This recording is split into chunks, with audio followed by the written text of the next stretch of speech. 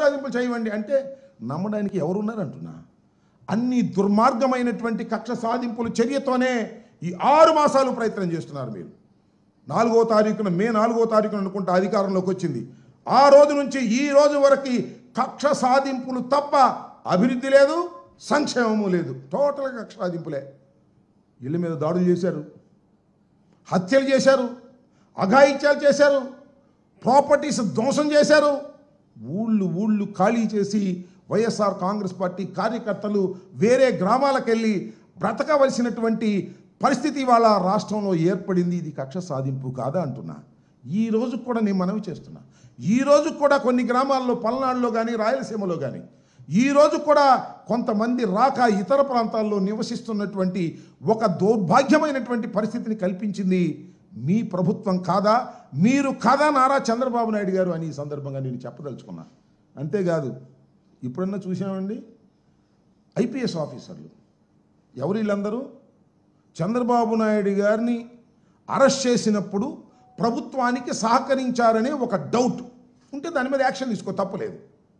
వేరే ఏదో బాంబే నటి పేరు మీద ఒక కేసును తోడి దానిలో 3 ఐపీఎస్ ఆఫీసర్ని సస్పెండ్ చేశారు. కొంతమంది ఐపీఎస్ ఆఫీసర్లని అరెస్ట్ చేశారు. వారికి పోస్టింగులు లేవు.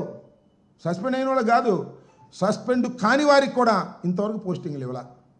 పోస్టింగ్లు ఇవ్వకోకుండా ఐపీఎస్ ఆఫీసర్ల మీద ఉద్యోగుల మీద కూడా కక్ష సాధించేటటువంటి పరిస్థితికి ఇవాళ మీరు ఉండి కక్ష సాధింపులు నాకు ఆ ఉద్దేశమే లేదు, నేను కక్ష సాధించేటటువంటి మనిషినే కాదు, నేను వివేకానందుణ్ణి, బుద్ధుణ్ణి, గాంధీ మహాత్ములు లాంటి వాడిని అని నువ్వు చెబితే నమ్మడానికి ఆంధ్ర రాష్ట్ర ప్రజానీకం సిద్ధంగా లేదు. ఎందుకంటే మిమ్మల్ని 40 సంవత్సరాల నుంచి మీ రాజకీయ జీవితాన్ని ప్రతి పేజీని చదివినటువంటి వ్యక్తులు ఈ ఆంధ్ర రాష్ట్ర ప్రజానికి. ఏదో కొత్తగా వచ్చిన వాళ్ళు ఎవరన్నా నమ్ముతారేమో నాకు తెలియదు. ఇలాంటి కక్ష సాధింపు చర్యలు చేస్తున్నారు. అంతేకాదు, నేను ఇంకోటి చెప్తున్నా, బాధతో చెప్తున్నా, సోషల్ మీడియా యాక్టివిస్టులు మీ మీద పోస్టులు పెట్టారని, మీ అబ్బాయి మీద పోస్టులు పెట్టారని, మీ పార్టీ మీద పోస్టులు పెట్టారని, ఎప్పుడు వైఎస్ఆర్ కాంగ్రెస్ పార్టీ అధికారంలో ఉన్నప్పుడు పెట్టారని ఇవాళ మీరు అధికారంలోకి వచ్చిన తర్వాత వాళ్ళని అరెస్ట్ చేస్తున్నారు. ఎలా అరెస్ట్ చేస్తున్నారు? అర్ధరాత్రి పూట వెళ్తారు పోలీసులు, తలుపులు పగలగొడతారు, వాళ్ళని పట్టుకుని తీసుకువెళ్తారు. కేసు ఎక్కడ పెడతారు? గుంటూరులో ఉన్నవాడికి కర్నూలులో పెడతాడు, కర్నూలులో ఉన్నవాడికి విశాఖపట్నంలో పెడతారు, విశాఖపట్నంలో ఉన్నవాడికి తిరుపతిలో కేసు పెడతారు, అక్కడ తీసుకెళ్ళి కోర్టులో పంపించేస్తారు. ఒక కేసు కాదు, ఒకే పోస్ట్ మీద రిపీటెడ్గా 40, 30, 20 కేసులు పెడతారు. దీనిలో బెయిల్ రాగానే పీటీ వారెంట్ వేసి దానిలోకి తీసుకెళ్తారు, దానిలోకి బెయిల్ రాగానే ఇంకో చోట తీసుకెళ్తారు.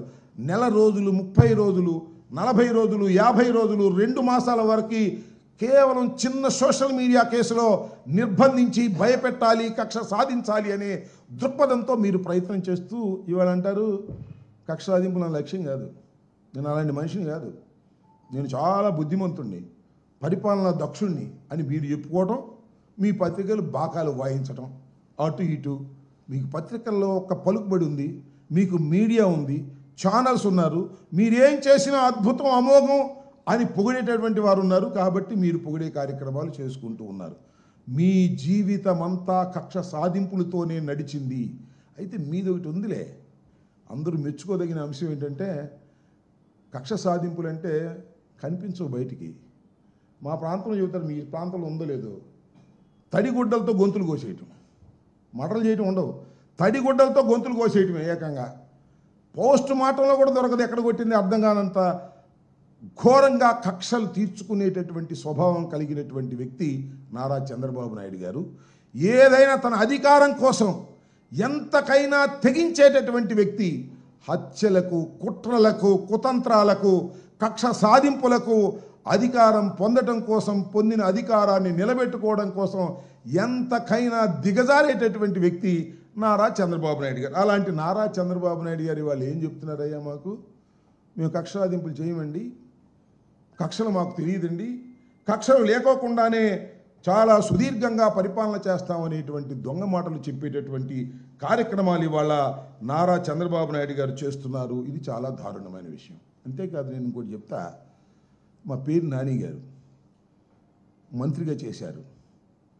ఆయన ఏం చేస్తున్నారండి? వాళ్ళ ఆయన కేసు పెట్టారు, ఆయన భార్య మీద కేసు పెట్టారు. ఏం కేసు అండి అది? ఒక గోడౌను, ఆయన అందరిలాగానే గోడౌన్ తీసుకున్నాడు, దానిలో బియ్యం పెట్టారు, ఆ బియ్యం పోయినాయి. పోతే ఏంటని చేసింది? అకార్డింగ్ టు ది అగ్రిమెంట్ ఏంటి దానిలో ఉన్నది? According to agreement